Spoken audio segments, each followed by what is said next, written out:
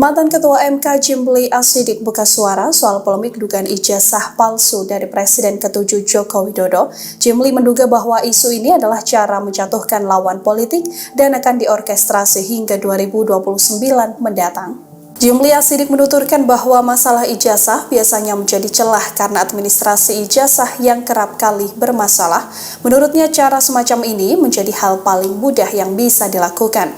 Jimli menduga bahwa permasalahan ijazah Jokowi tak hanya berkaitan dengan pokok perkara, namun sudah meluas seperti politik setelah terpilihnya Gibran Raka Buming Raka menjadi wakil presiden.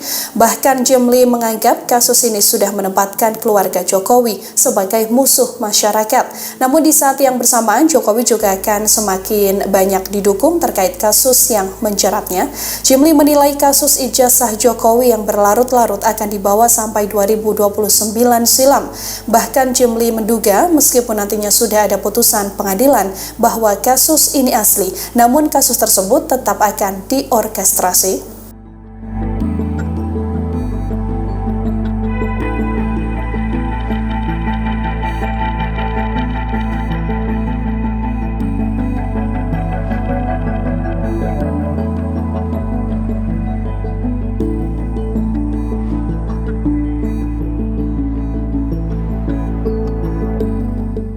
Download Tribun X sekarang, menghadirkan lokal menjadi Indonesia.